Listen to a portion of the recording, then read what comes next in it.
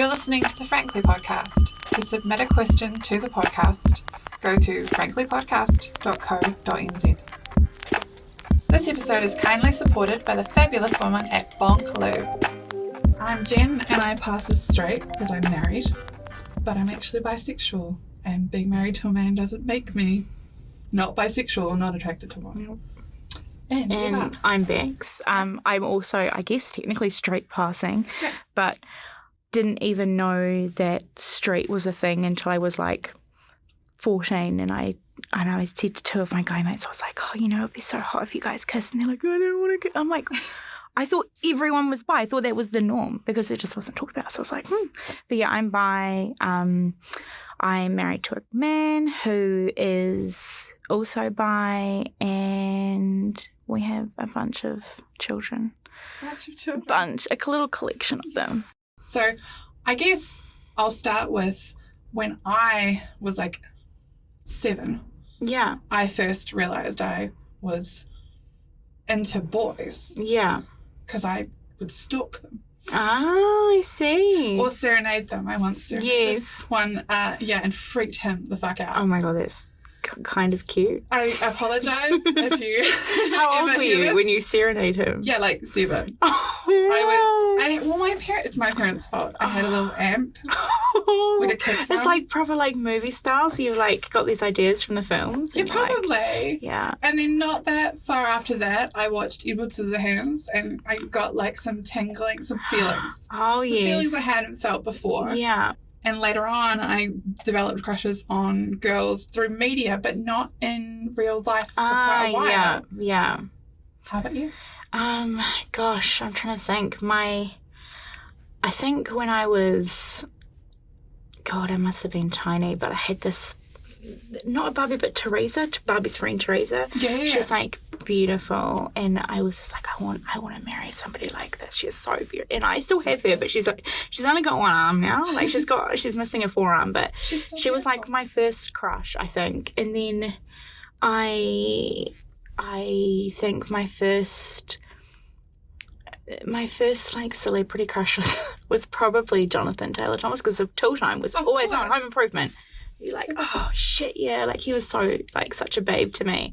And then I was like, you know, the boy band era, so I was like, oh, Scott from Five. But then I was like, oh, I kind of like all these girls. And I was in love with Jerry Halliwell. Like I wanted to be her. I wanted to be on her. Like I was just like, I loved her. And like when she left the Spice Girls, I fucking bawled my eyes out. I was like laying in bed sobbing. That was like my first heartbreak. I was like, I'm not going to see her anymore. Proper grave. No. I was just like, oh, she was so like, she was just like the peak sexy to me.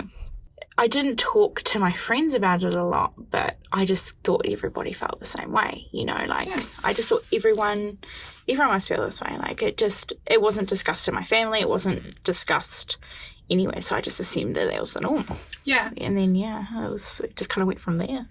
Yeah. I knew I wasn't a lesbian because I had crushes on boys. Yeah. But I'd never heard of anyone talking about being into both. Yeah. People. Yeah. Pan wasn't a word that I only heard the word, God, like probably 5 or 10 years ago. Like not very long ago. It was my 20s, and I was like, okay, this is interesting. Yeah, this makes sense. Yeah, my aunt is a lesbian. Yeah. And so from a very young age, I was like, yeah, this is just what it is. Yeah. My grandparents didn't. They were like, this is her special friend. This is her special friend. Her special friend that she's been with for like 20 years. It's her flatmate. Yeah, she's just always got a flatmate. Yeah. It's the same one every time. And I remember my grandmother telling me that she was so, like, that my aunt was so beautiful. And that, like, that was why she was into men. Like, that's why she was, essentially she was desirable. Yes. As though being a lesbian or bi was something that wasn't, you're not being desired by men, so you would be worth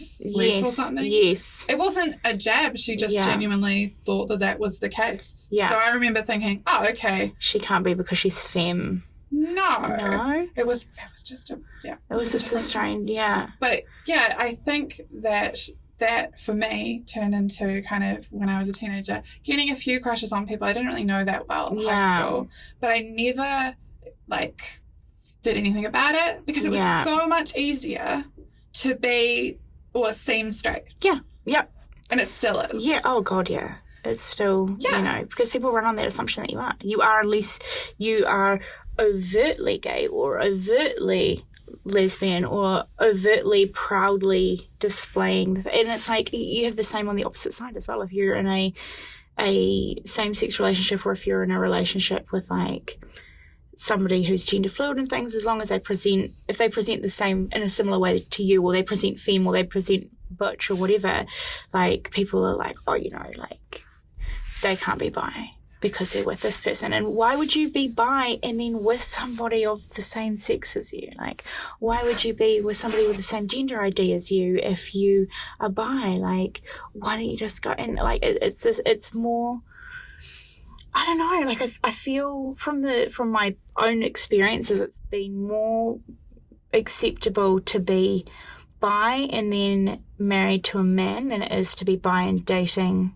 a woman or dating somebody who's non-binary, because that was, you're almost considered to be a traitor, you know. It was this thing of, and you're like, absolutely, you know, and I think as well, especially being, you know, very femme, the whole idea of being femme and bi, it's like, oh, you know, you're every male's fantasy, because they watch so much lesbian porn, and then they're like, I had to explain this to a lot of male friends. And it's like normalized to them that it's, you know, it's cool and hot. And I think the amount of men that I know that also run on the assumption that every woman is bi or at least bi-curious, but only in a way that makes their bi-curiosity or bisexuality a spectator sport for them. Exactly, as though we would want to invite them in on it. Yeah. And I had to explain what lesbianism was to quite a few guys, particularly in my 20s, because they thought that because of porn,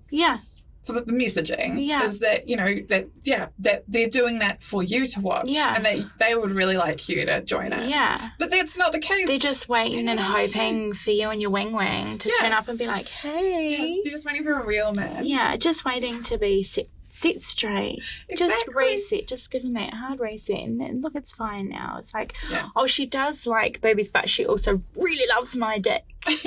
Therefore, it's okay because those are just for fun. And it is this whole thing of like, you know, you like them for fun, but you really want to be with a man, or you know, and it's like a suppressed desire. Yeah. As though it's not. That's the thing I don't understand about it is, do they not think about how easy it is to be straight? Yeah. It's so much easier. Yeah. Because then you're going with everything. I told my parents, I listened to a guy called Dan Savage. He does like the Savage Lovecast. Oh, yeah. It's like a podcast. I recommend that people listen to it out. It's pretty hardcore, but it's awesome.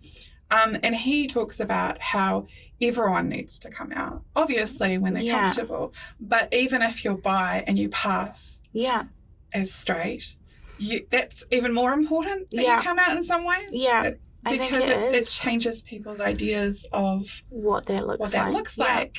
And that we don't all have to sit on this, you know, one or the other. Yeah. Or the middle. There isn't. No. That isn't. It's a spectrum. It's like, you know, it's like personalities. Like, not everybody that likes sport in the same way. Yeah. Not everyone who likes men like men in the same way. Not everyone who likes women like women in the same way. And there is this huge spectrum. It's like, you know, and people think it's this 50-50 thing, and then there's like, you know, if especially within the male community, it's like, oh, you know, I don't care if he's bi, just as long as he doesn't hit on me. It's like, why do you think you're his type? Like, you're not even your wife's type, you know, like she don't even like you very much. Why do you think your mate who sees the worst of you and your worst behavior is going to be like super into you just because he's attracted to men? Reason 1 to use Bonk Lube. You want that extra slippery sensation. Lube can be used for all sorts of reasons, but one of them is that it reduces friction when you're touching yourself or someone else. This can make touch feel even more incredible. It's your life and your body. Find out what you like best. Organic, New Zealand made Bonk Lube. Love yourself. So many men just have this entitlement, and they feel like they're entitled to everyone being attracted to them and everyone wanting them, and they have this expectation that everybody does, and it's like, no, and it's okay if they don't. Yeah. It's okay if someone isn't into you. Yeah. Why is this such a big deal? Yeah. In fact, like I was I've had friends who were, nervous about asking people out and stuff. Yeah. And I get it. I get the rejection thing. But when you kind of think of it from the point of view that if you do it in a nice way and not a sleazy way, and you ask someone out, then really all they're going to feel is a compliment. Yeah. That's all it is. Yeah. That's the worst it is. If you're doing it in a way that isn't, like, obnoxious and you're not being like, hey, like, you need to do this and that with me, and or messaging them at 3 o'clock in the morning being like, you up, babe? Like, fuck off. But if you're like, hey, like, I think you're a really awesome person and I'd love to take you on a date if you want to. Yeah. And you frame it in a way where you are asking for their consent for that almost. Exactly. And then it's like, like I'm seeing someone, or like I'm not feeling like dating right now or whatever. Mm-hmm. Then they're not gonna you don't need to feel embarrassed that you had that no, because you aren't, nobody is everybody's taste. All right, I am going to go to our questions. Okay. Do guys really care about boob size? Do they? I mean, I have really big boobs. I was like, my first bra was when I was 11 and I went straight into a C cup. You know what? No, they don't. Like, it's just not. They don't care as much as people think. I think there's a pressure on them to look like they do, but they actually don't. It's not something that, it's not something that's been like this huge I'll get pointed at a lot, like, like they might walk past me, or they do walk past me, but they forget that they're not behind it's like an observation tank, but I'm in a mall and I'm like watching them and they're like, I'm like, I can fucking see you. It's like the most primal version of themselves. Yeah. I feel like that's true, but also I've had straight women look at my breasts too. Yeah. Like, I don't think it's... I think it's just a person thing. It's not necessarily sexual. No, it's just an observation. They're like, oh, look, babies. Although I definitely talked to people, men mainly, who have just looked at them and, depending on what I'm wearing, but they have just looked at them and they clearly have no idea that I can see them just... Yeah. Like, really, like, looking. Yeah, they're like... And I'm like... How do you not know that? It's that obvious to you. I like it. The ones that I like are the ones that sit there and they're like... the glance. And they're like trying not to look. And they're like looking and they're just like... You see them like... you see the eyes and they start getting real intense staring at you and they're like... Well, at least they're trying. They try their best. Very sweet. They're but trying, no, I think other than from an observational standpoint, no. I totally agree with you. I mean, I don't have really giant, like, I don't have huge tits, but, I'm happy. Yeah. Fine. But I think that there are people who really like breasts, who are really into them. Oh, yeah. I think the vast majority of people like them. Yeah. But I don't think it matters how big they are. Yeah. I think most people... And I'm going to be real general here. Most people will be like really happy to just be with you, especially if you're naked. They're like, if you're both naked, we're just happy to be here. Yeah, I'm happy to participate. Yeah, I think, and it does suck because there is so much pressure, especially nowadays. Like, that body shape is back in, to have the curves, to have the titties, to have the butt. Yeah, and it's just like.